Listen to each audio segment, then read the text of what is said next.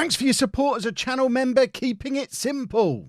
And thank you all for your incredible support on that first episode. I'm recording this at 4 minutes past 5 because I genuinely didn't think I'd have to do episode 2 to come out at 9 o'clock tonight. But as of right now, just after an hour after episode 1 is out, we've already got over 1,400 likes, which is insane and absurd. And thank you all very much. If we could smash 1,000 likes again on this episode, then you're just going to cap the day off and make Kev a very happy boy. One piece of housekeeping before we get into the video.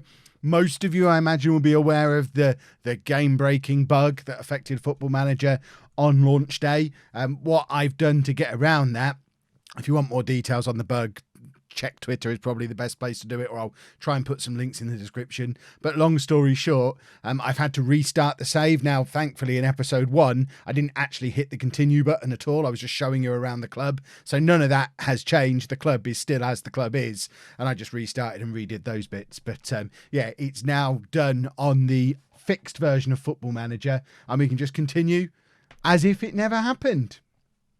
Intro.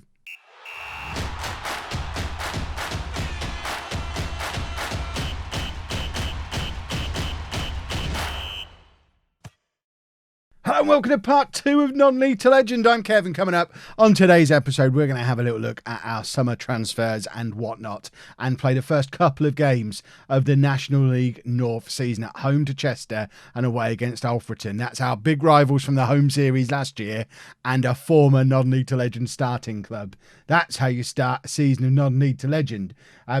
Since you were last with me, we've done our summer, and our summer has gone really rather well. We're undefeated against some not terrible teams. There's Gillingham in there, Dover, Stalybridge, Wisbech, we absolutely battered. Bless their cotton socks. And we haven't done a huge amount in the way of transfers. As you can see, true to form, already over my wage budget, which is a bit of a problem. But I do have a plan. I think there's probably going to be 1 or 2 players leaving at some point. As you can see, I'm still trying to bring more in as well. Shh, don't tell anyone. The board haven't told me off about it just yet. But this is the business that we've done so far. Everyone up to Tom Ward was already here when I arrived. So these are the 4 that I've brought in. And I think you'll agree, they're all good signings. Jake Kenyon is a left back who can also play anywhere up the left-hand side of the pitch. 20 years old, 4-star current ability, much better than anyone else we had at the club at left back, and as good as anyone we had on the left-hand side of midfield as well, formerly of Manchester United and Bolton. He's only 20. He meets the club philosophy for, oh, sorry, we don't say philosophy anymore, the club culture for signing players under the age of 23 for the first team. So that seemed like a bit of a no-brainer. Devonte Arancibia, same kind of thing, 20 years old. This guy is naturally an attacking midfielder, but he's accomplished on either wing or in central midfield. I imagine he's more likely to play on the wing than anywhere else. 3.5-star current ability, 4.5-star potential ability. He's not great as a central midfielder, but he's far and away the best attacking midfielder we've got if we decide to go for a system that uses that. But he's also the best winger on either flank, which is going to do him the world of good is when it comes to getting games. And he's come from Norwich, just down the road in Norwich. The next signing is our last first teamer who's come in. And again, okay, I thought he met the new signing criteria. He's not, he's 24. I thought he was 23. I don't know how I made that mistake, 'cause his birthday's in a couple of weeks and he's 20. I've got to get this lad a birthday present already. And he's only just signed. Brad Watkins, new goalkeeper. I think you're allowed your goalkeeper to be a little bit older.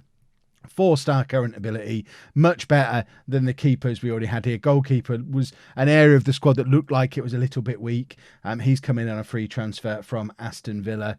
Another one who's never played a game of football, but let's not hold that against him. And we've also signed a backup goalkeeper. The reason we've done that is as part of wage budget shenanigans. Paul Bastock, who was my player assistant manager at age 49. He's taken a pay cut and stopped being a player. He's now just the assistant manager. So we've now got 3 keepers at the club. We probably don't need 3 keepers at this level, but Lewis Landers has got a decent amount of potential. He's only £50 a week. He's only 18. He's come in from Birmingham, and my thoughts on that are, when I mentioned there might be some players who are going to leave, I think Alex Street is probably one of the ones who will look to move on. He is on contract to the end of the season, which is a little bit of a problem here at Kingsley. Normally at this level, there's lots of non-contracts, lots of shenanigans and manoeuvring you can do. But if we go back to the squad page, you'll see that everybody is under a contract until the end of the season. So it's a little bit trickier to do a huge amount of upheaval early on. There is talk of Adam Marriott leaving the club, but I hear he's quite the goal scorer in real life. I just saw on Twitter he's got 21 goals this season in real life already. It's November, so hopefully he's just as good in game, but I imagine we're going to struggle to keep him. There are some players on quite a lot of money, and it's definite shuffling that needs to be done. Not necessarily in the first season, though. It's going to be more of a long-term project than I think we'd normally have. The media, based on those signings, though, think we're second favourites for the title, which I think is a little ambitious. We have got 2 players in the media dream 11, though, Kenyon and Payne. So bearing in mind I think we were predicted 10th before transfers. Clearly the transfers have gone down quite well. The other lad I'm still trying to bring in is a winger for the other side, Anthony Greaves, on loan from Doncaster for the season. My thoughts are we can play him on the right wing, and then what's his face? That's not even the team I'm looking at. I'm going to pick the team in a minute. Am I? This isn't the team I wanted to... This is the team.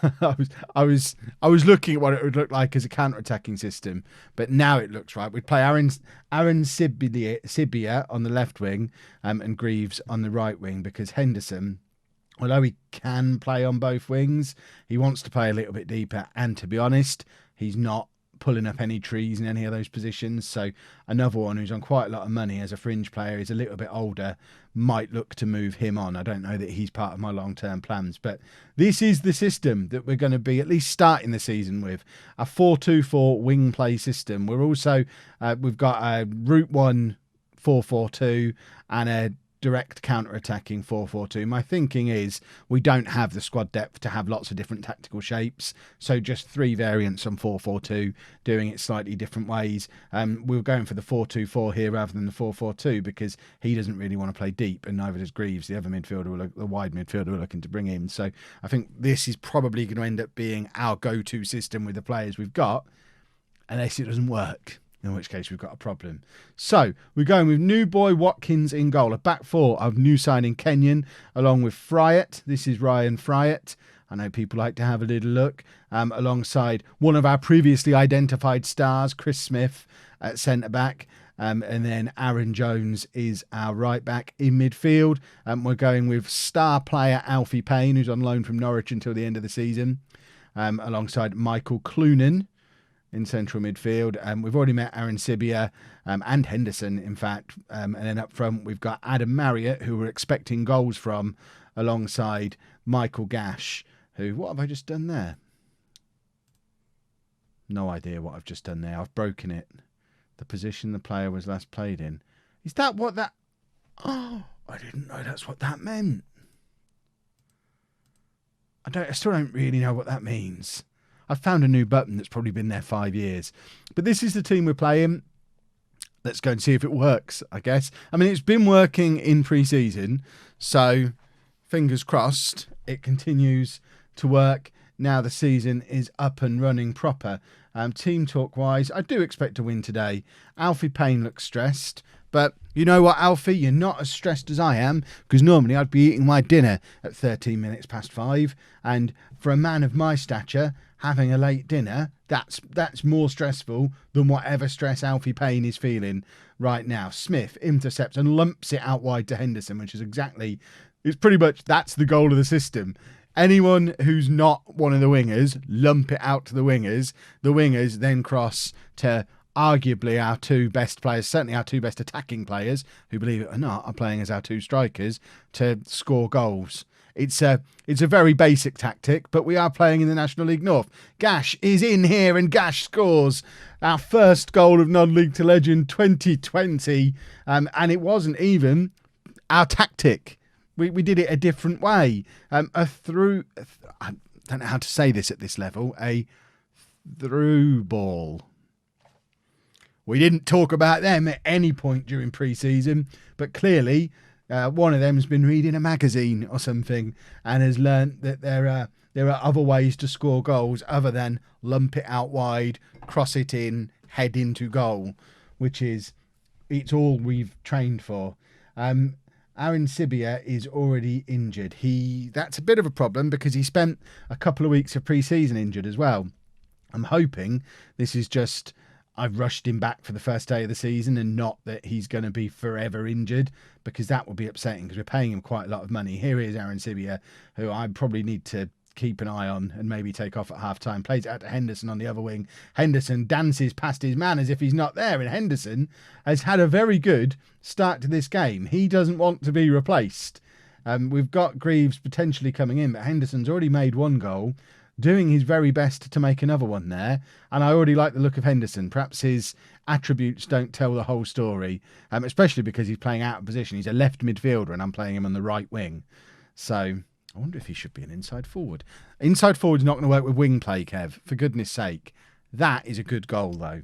It's very against the run of play. There's not really been anything of Chester just yet.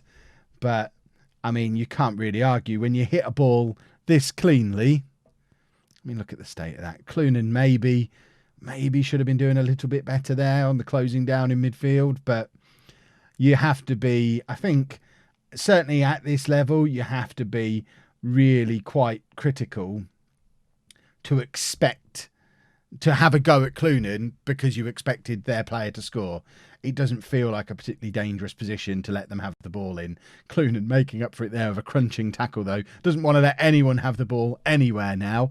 Smith trying the lump it out to the winger tactic. It didn't work. Clunan's in again, and he's chasing after for a third. He's going to slide tackle everything that moves now for the rest of the game. Look, he's hovering again, and there he is again. Clunan absolutely making up for his earlier mistake with 3 crunching tackles, and now Jones overlapping from right back on the right hand side, crosses towards Marriott, and that is a huge miss.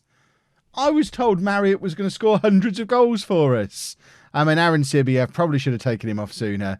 He's now proper injured, so Sam Kelly is going to have to come on and play on that left hand side. He's our backup striker, but can also play in midfield. So, I mean, he's officially a midfielder, but we don't have any strikers beyond Marriott and Gash.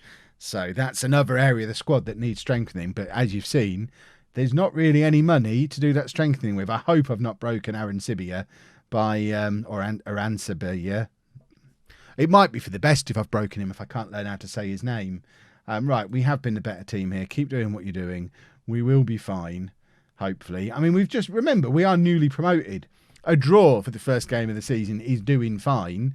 I am worried that I may have broken Payne, who's our best player, but he is a young kid. I've obviously stressed him out, and he's been stressed for this entire match. I wonder if it might be time for 10 minutes of passion and see if getting him passionate can make him forget all his troubles. Marriott again with a big chance that is just straight at their goalkeeper. At least it's roughly on target this time, but Adam Marriott is not performing as advertised so far. Payne I'm going to take off. We've got Jarvis who can just slot into that midfield. He's getting on a bit, but he's a name familiar to any long-term football manager, lower league player, I think. Ryan Jarvis is a player I've had in and around clubs before. I'm also going to take off Kenyon, who is tiring and not playing particularly well at left back.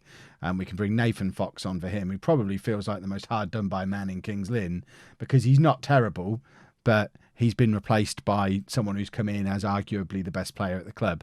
But we've now made all our changes, so let's have 10 minutes of passion and hope we can nab a winner from somewhere.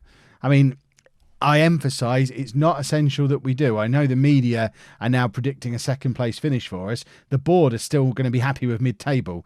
Oh, and Chris Henderson caps an excellent performance. I mean, it's only 70th minute. It's not over yet. But Chris Henderson has played very, very well.